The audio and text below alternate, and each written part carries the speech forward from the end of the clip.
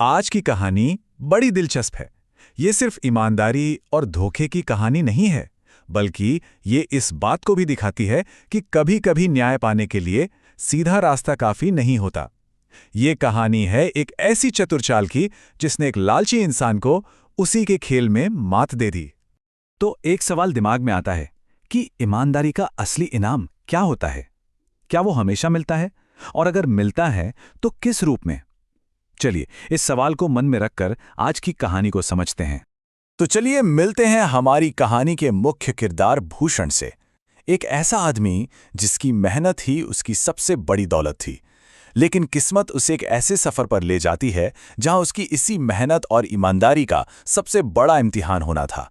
जरा सोच कर देखिए, एक गांव में भयानक अकाल पड़ा है और वहां से एक आदमी भूषण अपनी जान बचाकर सब कुछ पीछे छोड़कर विजयपुर नाम के एक नए गांव में पहुंचता है।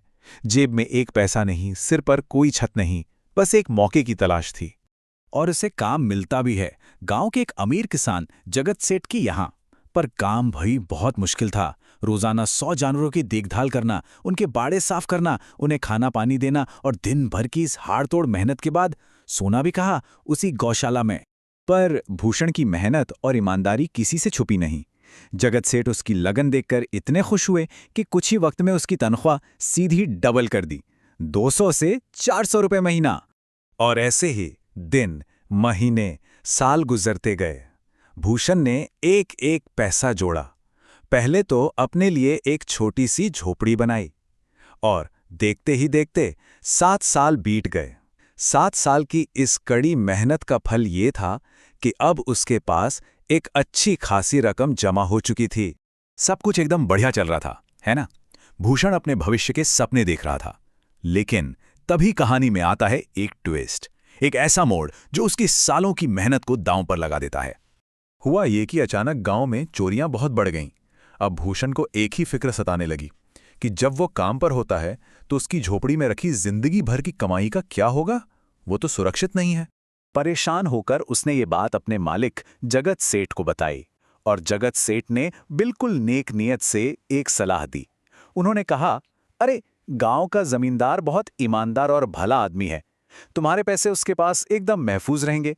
बस यही वो सलाह थी जिसने सब कुछ बदल दिया, पर उस तरह नहीं जैसा किसी ने सोचा था। और यहीं से कहानी का रुख पूरी तरह बदल जाता है।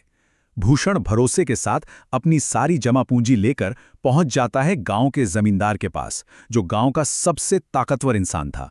अपनी पूरी जिंदगी की कमाई, पूरे 5,800 रुपए भूषण ने जमींदार के हवाले कर दिए। और जमींदार ने भी बड़े प्यार से कहा, फिक्र मत करो, मुझे तुम पर पूरा विश्वास है। देखिए तो सही, धोखे की शुरुआत ही विश्वास के वादे से हो रही थी। 2 साल और बीत गए। अब भूषण अपने पैरों पर खड़ा होना चाहता था। उसका सपना था कि वो अपनी जमीन खरीदेगा, अपनी खेती करेगा। इसी उम्मीद के साथ वो जमींदार के पास पहुंचा अपने पैसे वापस लेने। लेकिन वहां जो हुआ, उसने भूषण के पैरों के नीचे से जमीन ही खींच ली। जमींदार ने उसे पहचानने तक से इनकार कर दिया। साफ साफ कह दिया, कागजात हैं कोई? कौन हो तुम? मैं तो तुम्हें नहीं जानता। और बात सिर्फ इनकार तक ही नहीं रुकी।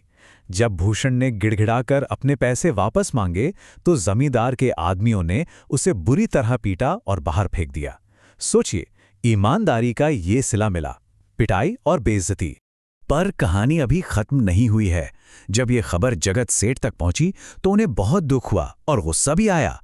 उन्हें लगा कि ये उनकी वजह से हुआ है। तो उन्होंने ठान लिया कि वो भूषण को न्याय दिलाकर रहेंगे, लेकिन ताकत से नहीं, अक्ल से। जगत सेठ ये बात अच्छी तरह जानते थे कि जमींदार जैसे आदमी से सीधे सीधे भिड़ना बेवकूफ़ी है। तो उसे हराने के लिए उन्होंने उसी की सबसे बड़ी कमजोरी को हथियार बनाने का फैसला किया, और वो कमजोरी थी लालच। और यहीं से एक कमाल के प्लान की शुरुआत हुई। तो प्लान था क्या? बहुत ही सिंपल पर जबरदस्त। पहला स्टेप, जमींदार के लालच को भड़काने के लिए उसके सामने बड़ा चारा फेंको। दूसरा, उसे यकीन दिलाओ कि यह बहुत बड़ा सौदा है। तीसरा और सबसे जरूरी, उसके लालच को इतना बढ़ा दो कि वो छोटा मोटा फायदा यानी भूषण के पैसे खुद ही लौटा दे। और आखिर में जैसे ही काम हो जाए, अपना चारा वापस खींच लो। और चारा कितना बड़ा था इसका अंदाजा आप इसी से लगाइए। एक तरफ थे भूषण के चोरी हुए 5,800 रुपए और दूसरी तरफ जगत सेठ ने दांव पर लगाए पूरे 50,000 रुपए। जाहिर है जमींदार की आंखों में चमक लाने के लिए ये रकम बहुत थी। तो अब जाल बिछाया जा चुका था, अब बस इंतजार था कि शिकारी खुद उसमें आकर फंसे। चलिए देखते हैं कि कैसे लालच ने जमींदार की सारी चालाकी पर पानी फेर दिया। और हुआ भी बिल्कुल वैसा ही। जैसे ही जमींदार ने 50,000 रुपए की थैली देखी, उसकी तो जैसे भूली हुई याददाश्त ही वापस आ गई। उसे फौरन भूषण याद आ गया और जगत सेठ के सामने शरीफ बने रहने के लिए उसने झट से भूषण के सारे पैसे लौटा दिए। और बस यही वो पल था जिसका जगत सेठ को इंतजार था।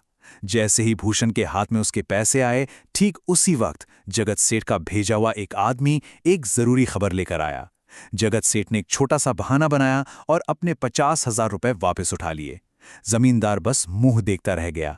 खेल खत्म हो चुका था। बाद में जगत सेठ ने भूषण को समझाया और ये बात हम सबके लिए भी एक सीख है। उन्होंने कहा, भूषण, एक बात हमेशा याद रखना, जो ईमानदारी और मेहनत से कमाता है उसकी रक्षा होती ही है, लेकिन जो हराम की कमाई पर जीता है वो कभी फलता फूलता नहीं। तो ये कहानी हमें एक बहुत ही अहम सवाल के साथ छोड़ जाती है। जब सीधे रास्ते से न्याय मिलना मुश्किल हो तो क्या चतुराई का इस्तेमाल करना सही है? क्या सही मकसद के लिए उठाया गया कदम अगर थोड़ा टेढ़ा भी हो तो जायज हो सकता है? इस पर सोचना तो बनता है।